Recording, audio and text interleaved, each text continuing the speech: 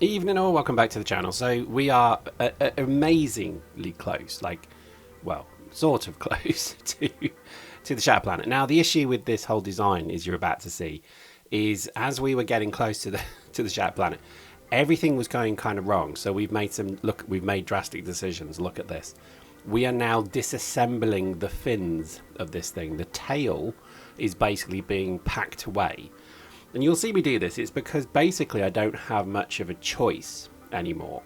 So what happens is as rocks, the big rocks, the huge ones, the massive ones, the mega ones, as they get to the side of the ship and are shot by railguns, their splintering parts then cascade into the center. And this is fine, but it's not when you're this close to the shattered planet, because all of a sudden it starts to become incredibly difficult to kill them. So I was adding more and more rocket turrets. Fun fact, ran out of rocket turrets, which is obviously a bit of a flaw of the design as well. So I just took the decision, this is it. We have to kind of streamline the ship. We don't need speed in the Shattered Planet. I did take a blueprint. So it could be when we get back to Nauvis, we just literally plug it all back in and off we go. But I think for now, we're just going to come back to, basically the center top bit of the ship, if that makes sense. The front bit, basically. So that's going to be how we do this. And I can tell you now, this is actually quite therapeutic, because it had been just constant management up to this point, making, I'd lost, I think I've lost a lot of railguns. We'll leave how many until the end, because seriously, it's a lot. And it's just been a bit of a pain. So the speed didn't really matter, because at this point, who's going fast? And to be honest with you, this ship is not going to be the speed ship moving forward, because there's better ways to do it. So I think this thing was kind of like time. It was time to do it. You see there, the rocks are kind of cascading in from the side. That's the issue. So drastic times call for drastic measures. Awful lot of stuff been lost. I mean, fuel particularly, but everything else is just stored. So all of a sudden we now have infinite amounts of platform and bits and bobs. The bits and bobs drawer of the ship has basically been filled, although look, we just lost a load of stuff there to a rock. Thanks, rocks. But yeah, oh no, another one, see. And screw you. But it's interesting how basically this design got me here. It probably would have made it all the way to the Shattered Planet, but the problem with it is it's kind of stupid, and I know that kind of encompasses my design methodology. It's a bit stupid. But I think with this one particularly, it was time. And so by kind of contracting the ship, making it a bit smaller, we're back to that. And I'm good with that. That to me works really well. It's going to make my life a lot easier, because, like I say, it's 4 million kilometers. So that's a huge amount of gameplay. We're talking hours of gameplay, even at sort of relatively good speeds, like 400. I mean, that's pretty good, I think, for this. But it suddenly became something that I just think, don't really need all of that. So we're back to basically our little postbox design here, which I think, and if you don't know what I mean by postbox, Google British postboxes. You'll see they're like the red things. I should put a picture here, but I won't. And basically, this thing is just looking like that now. And to be honest, it's working. I've got to admit, it's worked quite well, this ship. I think the balance is interesting. Let me give you some thoughts. The interesting thing about it is the balance between producing things from asteroids. So, for example, sulfur. Sulfur is one of those things that does take it's a bit tricky, like calcite, it's a bit tricky to do. So you have to kind of just think a little carefully about how much you're making, because you do need quite a bit of it. So it's interesting. I've actually been quite sort of surprised how difficult, well, not difficult, maybe that's the wrong word, but I've been interested maybe how kind of challenging the balancing of the resources has been. And it's worked quite well, because I think actually by overproducing, we've now produced a point where we just produce way more sulfur, coal, dynamite than we use. So we have obviously railgun rounds, we have rockets, but it's all kind of working. So in a long kind of bumbly Britishman kind of way, I'm pretty happy with it. I think this has been one hell of a journey to get to this point. And I think by getting those balances right, I've not really worried too much about, ammo so much this run. This has been, to be honest, the defining point of the run. is kind of realizing that you don't need a huge amount of ammo. So anyway, there you go. So in a long, rambling, kind of British, bumbly way, that is kind of my findings here, is that actually I probably got just right the... well, firstly, I didn't get that engine right. Let's just put that back in. But I certainly got right, I think, the asteroid production. That, to me, it was almost 101. Like, get that right, and everything kind of flows from that.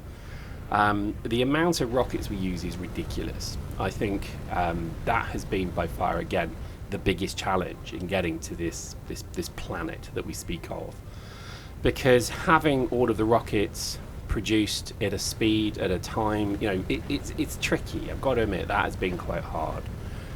So there we go. So I think that's it. Ammo, railgun rounds, easy. Like, I have not really run out of either of those. A little bit of a challenge on the railgun rounds at one point. That was more just due to things like copper and steel.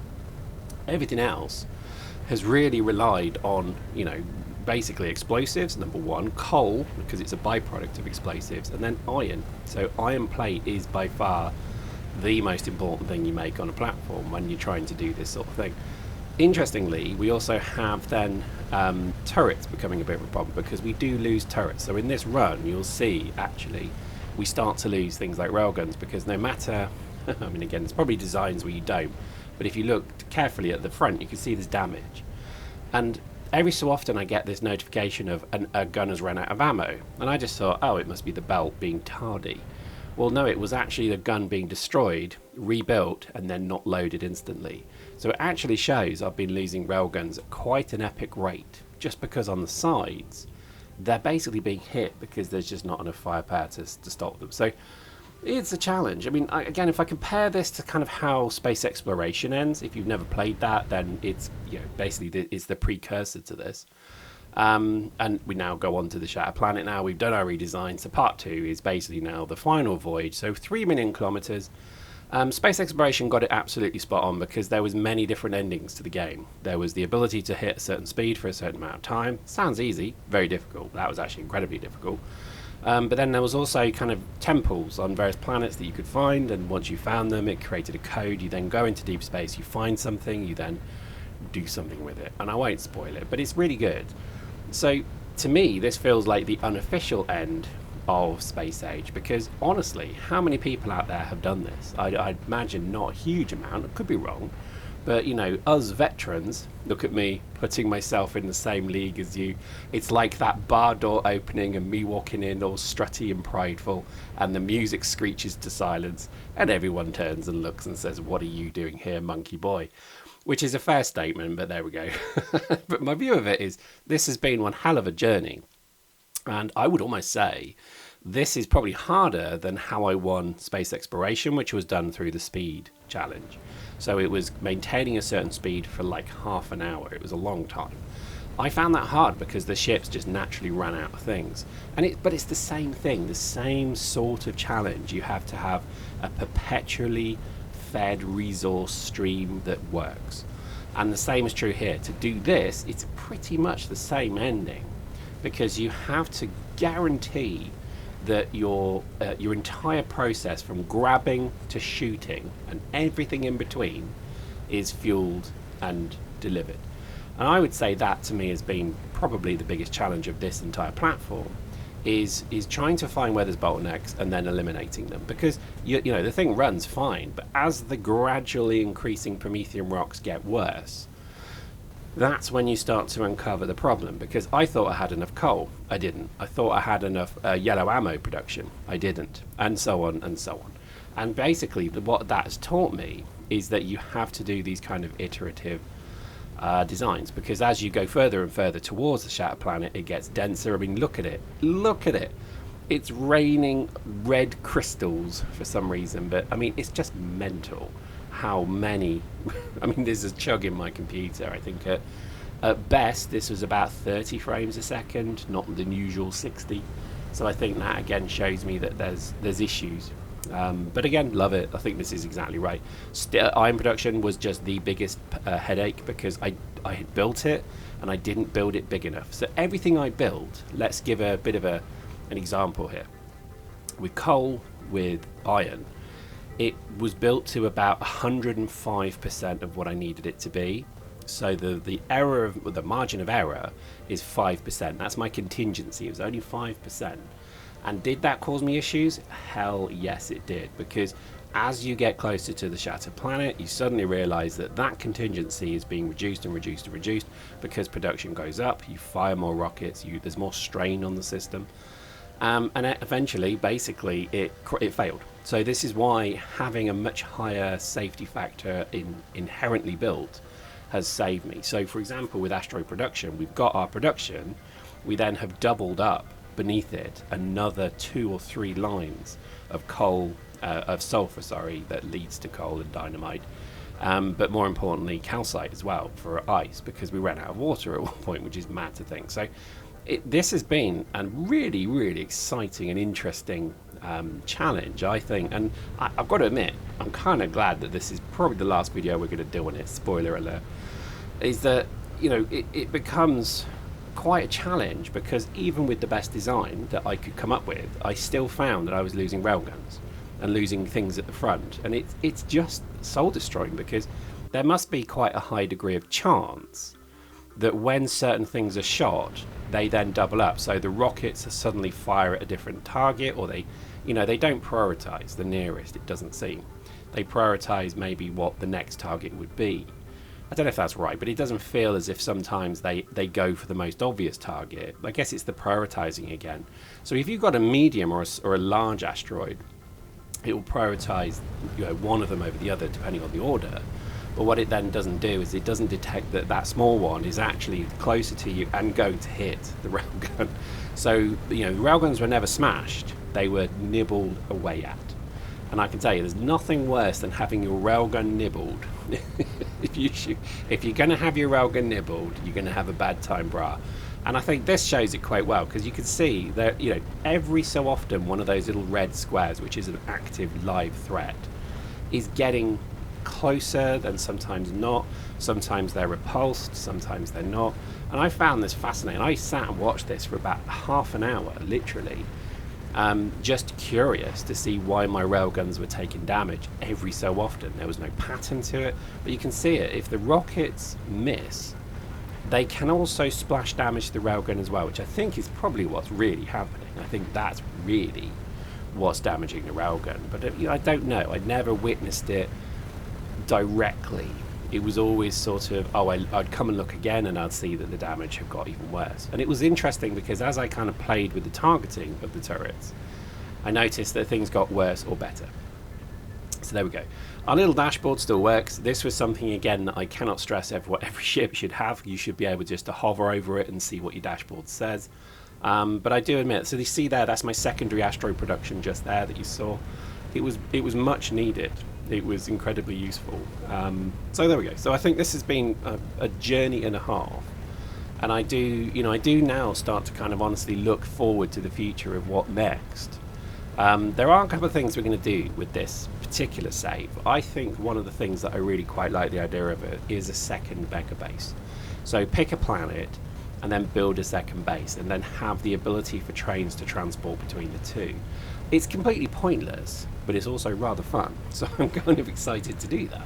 There you go. Did you see that one then? See, I think that was a good example. The railgun probably took damage then from a splash of the rocket, but I don't know. I can't quite put my finger on it, but it does feel as if that was causing problems there. But it's just the sheer nature of where we are. I mean, it's interesting. Post in the comments what speeds you normally would do towards the shattered planet, because I set this to about 400 kilometers a second, which I think is fast. I do think that. So I did knock it down a little bit, and plus when I lost the tail, the speed tail, whatever you want to call it, all of a sudden the maximum of this was 342 or 341.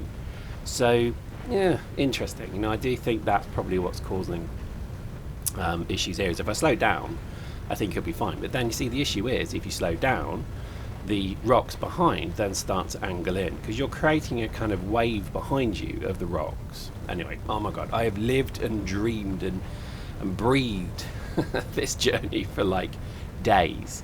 The reason it's taken so long, I should just maybe explain, and the reason there's not been a huge amount of videos regularly on the channel is I got a puppy, and yes, I do post puppy pictures at Discord and I will post more, But the thing about getting a puppy is it's wonderful. It's a wonderful thing to do because it kind of, helps with your mental health. It's a wonderful thing to do. Plus, it's a lovely little funny animal that you can kind of take for walks and meet hot chicks. And I don't make no apologies for that. I mean, literally, I walked it to the vet earlier, and my goodness, it was like a magnet. All of a sudden, leggy blondes were suddenly drawn to me, literally flying through the air to meet the dog. So it was fun, and I think that's caused incredible challenges, because it is a bit like having a baby. All of a sudden you've got to feed white bums and throw out of windows to the garden to go and poop. I'm joking, of course I'd never do that, but it's interesting how your life is kind of taken over by this small little thing. So there we go, interesting fact. It's getting better, as we've toilet trained. Oh my god, all these fun things I've had to do. I've been, literally arm deep in dog poo. It's not how I generally would like to spend my spring, but that seems to be the way of things now. But it is a nice accompaniment to the household, really. I mean, I would recommend a dog or a cat, something like that. I think, they're always good things to have as pets, because it does help your mind a bit. But there we go. So we're now at the kind of last stretch, so 3.8 million. And I think at this point, it's pretty evident we're going to make it. The question is this a one-way trip? Oh yes, that's right. I'm going to get here, then turn around and fly back the other way. Oh yes, that's right.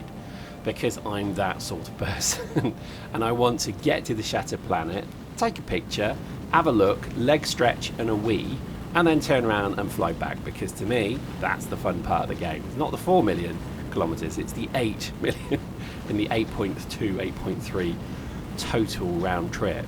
Kind of exciting. I kind of like that. So to me, that was actually the challenge. Now, the interesting thing is I'm losing railguns, as you can see. I'll show you just in a moment actually how many we've lost. I do have some left as in spare, but again, you can see why deleting the tail of this ship was not a bad idea, because I got probably 20 railguns given back to me there, plus rocket turrets and so on. So it kind of worked out. But it is interesting how basically this whole journey has been one long endurance event, and I wish there was a bit more of this in the game. I wish you could start an entirely new save. Like, the shattered planet is an interesting concept. Wouldn't it be great that if you got to the shattered planet, you start an entirely new solar system with all your suit and with what you've got on your ship? That's the kind of game that I would like. Hopefully somebody will mod that so that you actually live on your ship, and maybe even your ship can land. That'd be awesome. But I'd be quite cool with that sort of mod, because it's kind of new save game plus, if you've ever played that mod.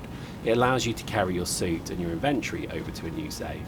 I'd be quite up for that, because that means then instead of building mega bases, you're much more building an operational base. And I kind of like the concept of that. I still think as well, ship to ship logistics was something that should have been in the game.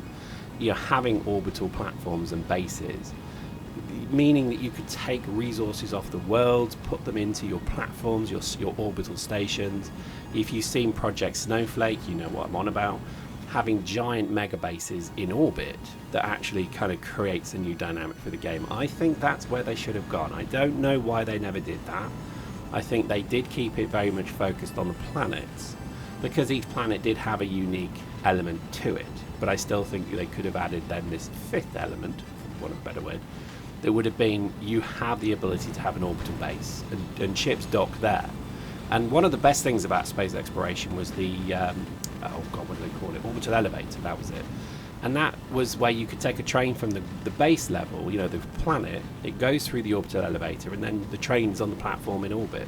And it's brilliant. I absolutely adored that feature, and I think that's kind of what I was hoping they'd have done here. But I can only imagine they had that on an ideas board somewhere in Wube Software, and they just had to say, sorry, we haven't got time to do that. And I don't know if they had to rush this game or not, and I don't feel like they did, but there's certain things where you just think, well, why wouldn't you have included that? Like, ship-to-ship logistics would have been interesting, because it meant that you could have ships that are abandoned. It meant that kind of there's a next step of this, which could be derelict ships in space, potentially, that you could go and dock with and get something from. So, I don't know, maybe in Factorio 2 that's where they're going to go, who knows. But I think whatever they do, I'm a fan. I'm a fan. I mean, I cannot talk bad about this mod or this game because it's entertained me for thousands of hours. I think I'm at like 2,500, 3,000 hours of this game now. And I think there is no better compliment to a game, really, that you can demonstrate that level of play, really. I mean, there's only a few others I think I've ever got close. Ark is one. If you've ever played Ark Survival Evolved, or whatever it's called, Ark Survival Ascended, I haven't played Ascended yet, so post in the comments if it's any good, but I did love Survival Evolved, the original one, because to me that was kind of like, it was just a brilliant game, and to me I just loved everything about that. And I think I logged about 1,000 hours in that one. I think RimWorld probably close to something like 1,000 as well. So yeah, post in the comments what's your most, let's say, Steam catalog game, and how many hours do you have in it? What's the highest? What's the most? Because Factorio for me is obviously there, and it was very quickly as well. I remember a particular weekend where I must have played this game from dawn till dusk, and I mean even then beyond. I remember having about 5 hours sleep every night, and I'd get up, have breakfast, then literally play it again. So it does show how amazing it was. But anyway, here we go. We've almost made it. We are close to the end, and we've done it. Huzzah! Woohoo! Disco ball party. It was a bit of an anticlimactic thing. Like, no achievement? Seriously? Like, I was really disappointed at that. Like, come on, there should be an achievement for this. Duh. Anyway, there we go. We killed 29 million rocks. Note, we lost 25 uncommon railguns. That's pretty bad. We lost an awful lot of railguns. It was ridiculous how many we lost. Feel free to go back and pause that image. You can see, you know, tens of millions of rocks basically destroyed. But we made it. Way to go. Hooray. Little bit anticlimactic. I was honestly hoping that there would be something here to see, something here to like do. I haven't got that lovely mod where the background appears as well. I should probably install that because it does look rather nice. But it was an achievement, and I think, you know, after 4 million miles or kilometers, you do feel a bit like, well, you know, I kind of wanted anything just to say, oh, achievement. I mean, because there's achievements to going towards the chat planet, but nothing to get here. That doesn't make any sense to me. So deeply, deeply disappointed. So what do we do now? Well, I'm pretty tired. I think I'll go home. So that's what I did. I basically realized that, yep, there's not a lot to do now, so let's just go home. So we literally turned the ship around, pointed it back at Nauvis, and we start the long journey. This time round, I'm not going to watch it. I don't really care. I think the ship will be fine, and I'm just going to autopilot it all the way back. I'm just going to leave the game running for like 2 hours or however long it took. And hopefully I will come back to my office with a little doggy in my hands, basically looking at a ship orbiting Nauvis. But who knows, it could literally go completely wrong. But I hope you enjoyed that, and I think now that we've done this, no more platform Shattered Planet stuff for a while. We're going to go back to the ground, boots on the ground, and we're going to do something interesting next time. But I hope you enjoyed that. See you next time.